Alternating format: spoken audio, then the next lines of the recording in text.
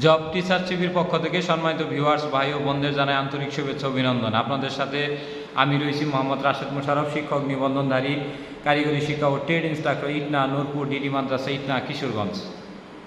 সম্মানিত ভিউয়ার্স, আজকের আলোচ্য বিষয় শিক্ষক নিবন্ধন সম্পর্কিত প্রশ্ন ও উত্তর, পর্ব নং 11। তো সম্মানিত ভিউয়ার্স, আমাদের জব টিচার্স টিভিতে প্রায় 12টি পর্বের আয়োজন করেছি এবং 1 থেকে 120টি প্রশ্নের উত্তর আপনারা এই 12টি পর্বে পেয়ে যাবেন। তো আজকে পর্ব নং হলো 11। যারা ইতিপূর্বে আগের পর্বগুলো দেখেননি তারা দয়া করে দেখে নেবেন এবং এই পর্বগুলো দেখলে পরে আপনারা এমপিভুক্ত স্কুল, কলেজ, মাদ্রাসা এবং কারিগরি শিক্ষা প্রতিষ্ঠানের সকল তথ্য আমরা মোটামুটি এক কথায় প্রকাশ আকারে আমরা উত্তর দিয়ে দিয়েছি। এরপরেও যদি আপনাদের কোনো সমস্যা থাকে তাহলে অবশ্যই কমেন্ট করবেন, কিংবা আমাদের এই হোয়াটসঅ্যাপ সেবা রয়েছে, মাত্র 200 টাকার বিনিময়ে আমরা হোয়াটসঅ্যাপ সেবা দিয়ে থাকি 1 মাস। তো আমাদের কমেন্ট করবেন, আমরা হোয়াটসঅ্যাপে আপনার নাম্বার দিয়ে দিব এবং আপনি আমাদের সাথে যোগাযোগ করতে পারেন। তো যাই হোক, আমরা পর্ব নং 11তে আসি। পর্ব নং 11তে 101 থেকে 110 পর্যন্ত প্রশ্ন পাবেন। প্রশ্ন নং 101 হলো, মাদ্রাসা নাকি স্কুল কোনটাতে যোগদান ভালো? আমরা বলবো যে মাদ্রাসা বলেন স্কুল বলেন সেটি আগে নয়, সেটি আগে হলো যে মাদ্রাসা যদি ভবন, অবকাঠামো, শিক্ষক, ছাত্রছাত্রী এবং প্রতিষ্ঠান থেকে যদি কিছু বেতন দেয় তাহলে সেক্ষেত্রে মাদ্রাসাই ভালো। আর যদি স্কুল হয় সেক্ষেত্রে যদি ভাঙ্গাচুঙ্গা স্কুল হয়, ছাত্র সংকট থাকে, তাহলে স্কুলের থেকে মাদ্রাসা ভালো। তবে গড় হিসেবে যদি জাতীয়করণ ধরা হয় এবং শিক্ষা ব্যবস্থা যেহেতু আমরা সবাই হিন্দু, বৌদ্ধ, মুসলিম, খ্রিস্টান সবাই যদি পড়তে যাই তাহলে সেক্ষেত্রে ভালো এবং মেধাবী স্টুডেন্টদের আনাগোনা স্কুলে বেশি রয়েছে। তবে গড়ে যদি ধরা যায় সেক্ষেত্রে স্কুলে যোগদান করা বা মাউসিভুক্ত এসএসসি প্রতিষ্ঠানভুক্ত স্কুল অ্যান্ড কলেজে যোগদান করা ভালো। তারপরে 102 নং প্রশ্নে বলা হয়েছে 2025 সালে কি 1000টি মাদ্রাসায় ভোকেশনাল কোর্স চালু হবে? জি, শিক্ষা মন্ত্রণালয়ের অধীনে প্রায় 1000টি দাখিল মাদ্রাসায় ভোকেশনাল কোর্স চালু হবে। এজন্যে দরখাস্ত আহ্বান করা হয়েছে। আপনারা সবাই জানেন যে বিভিন্ন প্রতিষ্ঠানের চাহিদা চেয়েছে এবং আমরা অক্টোবর এবং নভেম্বরের মাঝামাঝি এই সকল প্রতিষ্ঠানের তালিকা নভেম্বরের দিকে আশা করি 2024 সালের নভেম্বরে এই 1000টি মাদ্রাসার তালিকা আমরা মাদ্রাসা শিক্ষা অধিদপ্তরের ওয়েবসাইটে ইনশাল্লাহ আশা করি পাব। তো ধাপে ধাপে আমরা 2030 সালের মধ্যে প্রায় সকল মাদ্রাসায় এসএসসি ভোকেশনাল কোর্স চালু হবে বলে আমরা বেশ কিছু সংবাদ মাধ্যমে জানতে পেরেছি এবং কি আশা করি 2025 সালে এই 1000টি মাদ্রাসায় কনফার্ম আকারে চালু হবে। তারপরে 103 নং প্রশ্ন বলতে বাধ্যতামূলক কারিগরি শিক্ষা সম্পর্কে বলুন। বাধ্যতামূলক কারিগরি শিক্ষা বলতে এখন আর সেটি বাস্তবায়ন হবে না। এখন আপনার মাদ্রাসাগুলোতে আপনার কারিগরি শিক্ষার প্রসার ঘটাবে এবং সেসিভুক্ত প্রতিষ্ঠানগুলো 2024 সালে আর যেহেতু বৃদ্ধি পায়নি, 25 সালে বৃদ্ধি পাবে কিনা জানি না।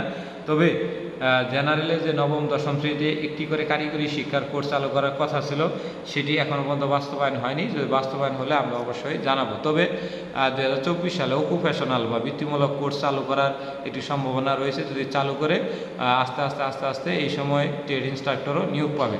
তবে 2024 সালে এরকম আশার আলো দেখছি না। তো আমাদের 25 পর্যন্ত একটু অপেক্ষা করতে হবে। এ হলো বাধ্যতামূলক কারিগরি শিক্ষার সর্বশেষ আপডেট। এটা কিন্তু 2024 সালের, আজকে হলো জুলাই মাস, ধরেন জুলাই মাসের এটি হলো আপডেট। জুলাই বা আগস্টের দিকে ভিডিওটি পোস্ট হবে, আগস্টের আপডেট। তারপরে 104 নং প্রশ্নে বলা হয়েছে কি কি কারণে ভাইভা ফেল করানো হয়।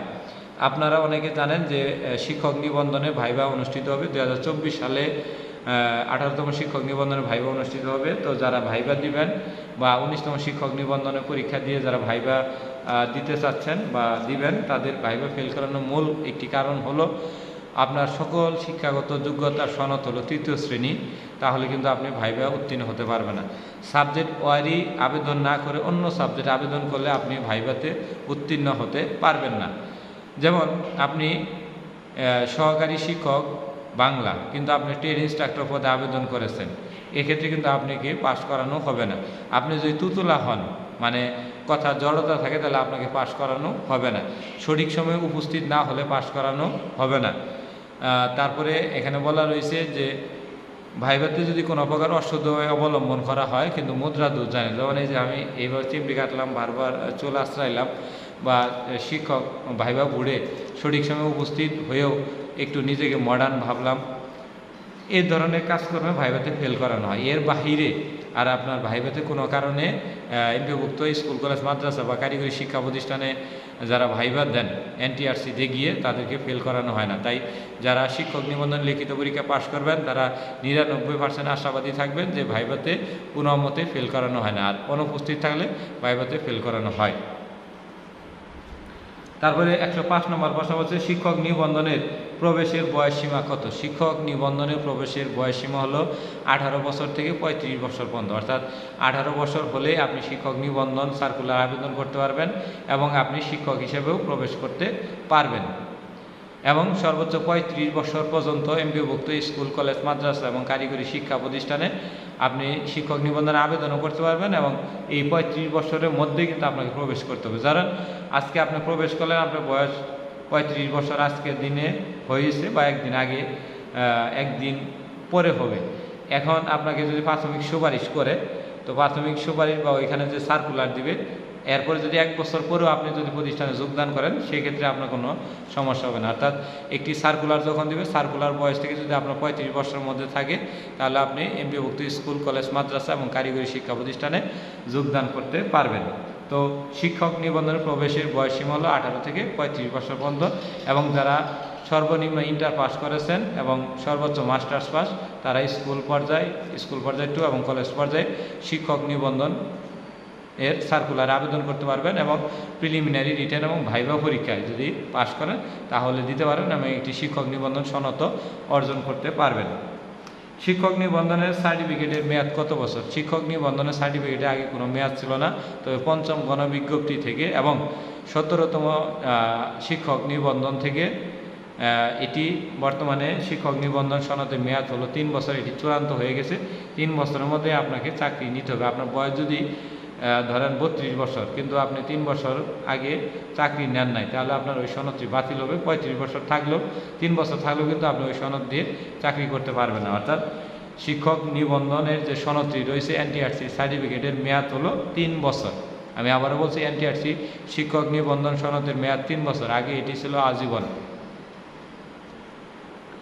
তারপরে 107 নং প্রশ্নে বলা হয়েছে শিক্ষা মন্ত্রণালয়ের 7 ধারা সম্পর্কে জানতে চাই। শিক্ষা মন্ত্রণালয়ের 7 ধারা হলো এমপিওভুক্ত যে ইন্ডেক্সধারী শিক্ষক রয়েছেন তারা ইন্ডেক্স নিয়ে আরেকটি প্রতিষ্ঠানে সমপদে বদলি হতে পারবে না। এই ধারাটি বলা হয় 7 ধারা। তার মানে আপনি যদি আপনার বাড়ির কাছে একটি সহকারী শিক্ষক বাংলা পদ খালি রয়েছে, কিন্তু আপনি ধরেন কিশোরগঞ্জ জেলার কোনো একটি মাদ্রাসা বা কোনো একটি স্কুলে সহকারী শিক্ষক বাংলা পদে সুপারিশ পেয়ে আগে থেকে চাকরি করছেন, তো সেক্ষেত্রে আপনার সমপদ থাকলে আপনি সেই পদে আবেদন করতে পারবেন না। এই ধারাটি ইন্ডেক্স ধারা বলা হয়। ইন্ডেক্স দিয়ে কোনো মতে আবেদন করার সুযোগ নেই। এটি হলো শিক্ষা মন্ত্রণালয়ের 7 ধারা।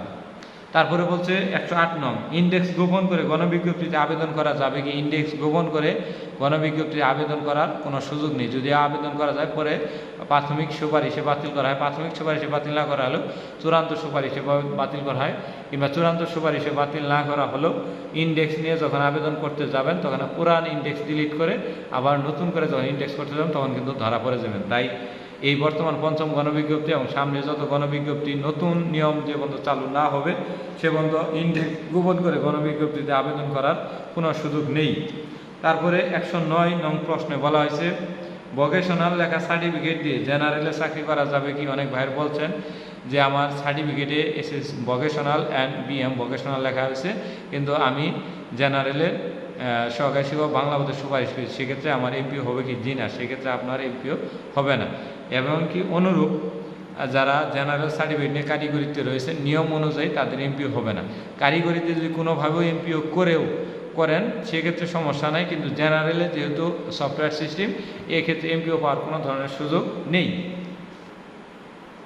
তারপরে 110 নং প্রশ্ন বলা রয়েছে এনটিআরসি সার্টিফিকেট সম্পর্কে কিছু বলে। এনটিআরসি আপনাকে একটি সার্টিফিকেট দিবে, এই সার্টিফিকেটের রোল এবং রেজিস্ট্রেশন নাম্বার থাকে এবং আপনার সার্টিফিকেটের মেয়াদ লেখা থাকবে এবং ওটি দিয়ে আপনি শিক্ষক নিবন্ধনের গণবিজ্ঞপ্তিতে আপনি আবেদন করবেন। অর্থাৎ সার্টিফিকেট পেতে গেলে আপনি যে কোনো একটি শিক্ষক নিবন্ধন সার্কুলে আবেদন করতে হবে, সেখানে আপনাকে প্রিলি পাস করতে হবে এবং তারপরে রিটেন পাস করতে হবে, তারপরে ভাইভা পাস করতে হবে। ভাইভা পাস করার পরে আপনাকে 15 দিন বা 1 মাসের মধ্যে জেলা শিক্ষা অফিস থেকে একটি শিক্ষক নিবন্ধন সনদ স্কুল পর্যায়ে, স্কুল 2 পর্যায়ে এবং কলেজ পর্যায়ে, এই 3 ধাপে আপনি যে ধাপে পরীক্ষা দিয়ে পাস করবেন সেই ধাপের সনদটি সংগ্রহ করবেন। তারপরে গণবিজ্ঞপ্তিতে আবেদন করে আপনার এমপিওভুক্ত স্কুল, কলেজ, মাদ্রাসা এবং কারিগরি শিক্ষা প্রতিষ্ঠানে শিক্ষক হতে পারবেন। এ হলো আমাদের শিক্ষক নিবন্ধন সম্পর্কিত প্রশ্ন পর্ব নং 11। যারা আগের পর্বটি দেখেনি তারা দয়া করে দেখে নেবেন। ধন্যবাদ সবাইকে। সবাই জব টিচার্স টিভির সাথেই থাকুন।